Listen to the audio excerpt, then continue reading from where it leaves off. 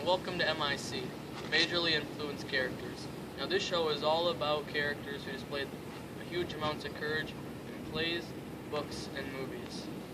Now first off, I would like to invite my friend, John Proctor.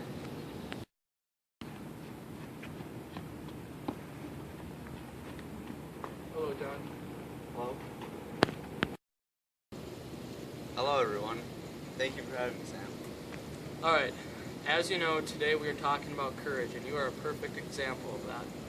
Tell me what you did in your life that displayed the most courage. Well, I'm sure you know, but I had an affair with Abigail Williams. Once people found out about it, I, along with others, were thrown in jail because at first I wouldn't admit to it. So they believed it was witchcraft. After seeing everyone go to jail for me, I confessed, and before I died, I made everything right. Tell us more about this.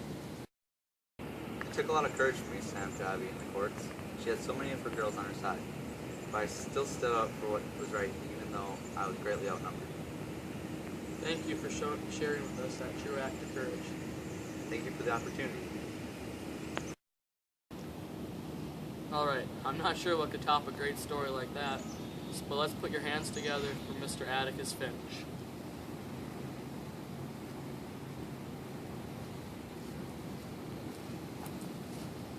Hello everyone, it's so nice to be here with you today. Please have a seat. I personally know you're an amazing man and have certainly acted courageously numerous times throughout your life. Well, throughout my adult life, there have been many honorable and courageous things that I've done. Can we hear about some of them?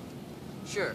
Well, first of all, I stood up for African Americans when no one else would. Tom Robinson's case was that one case that I need to take to make my life feel complete. I knew that Tom was telling the truth, so I decided to help him. Everyone in town was surprised about that, but I didn't care about what they thought. Wow, that is a truly courageous act. How else did you show courage throughout your life? As I said in the book, courage is not a man with a gun in his hand. It's knowing you're licked before you begin. But you begin anyway and see it through no matter what. You rarely win, but sometimes you do. What a deep thought, Mr. Finch.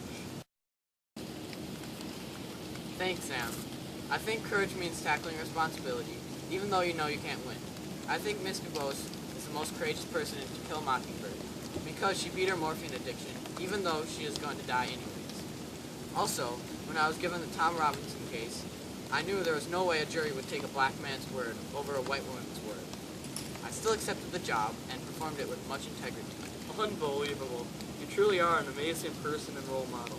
I'm sure you make the city of Macomb very proud, along with me and the rest of the audience out there.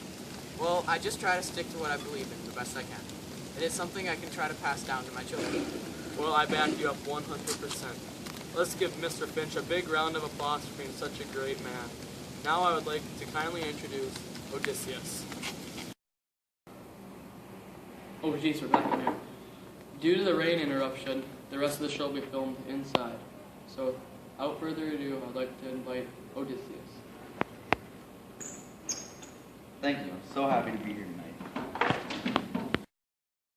And we're happy to have you here with us. Now, over your great adventure, at what time do you think you displayed the most courage? I show courage in the Odyssey by not giving up on my crew when times look like they're at their worst. For example, when we were trapped by the Cyclops, I came up with a plan to stay calm in front of my men. That's truly remarkable. Are there any other ways you displayed courage? Why, yes, there are. My crew and I showed great courage when we faced Scylla. I knew some of my crew would die, but we still went and took on the beast. Also, I showed courage when I faced the suitors. I faced all of them head-on, even though I knew the fight was unevenly matched. Wow. Well, I'm glad you are home now and could join us tonight to talk a little bit about your amazing adventure. Well, I can't believe it, but we're down to our last actor of the night. Please give a warm welcome to Romeo Montague. And I think I hear him now.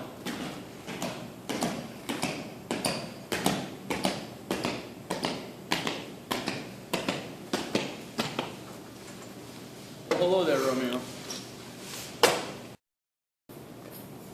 Thanks so much for having me here tonight. It truly means a lot to be considered somebody who displayed courage at the same caliber as the great actors that came before me tonight.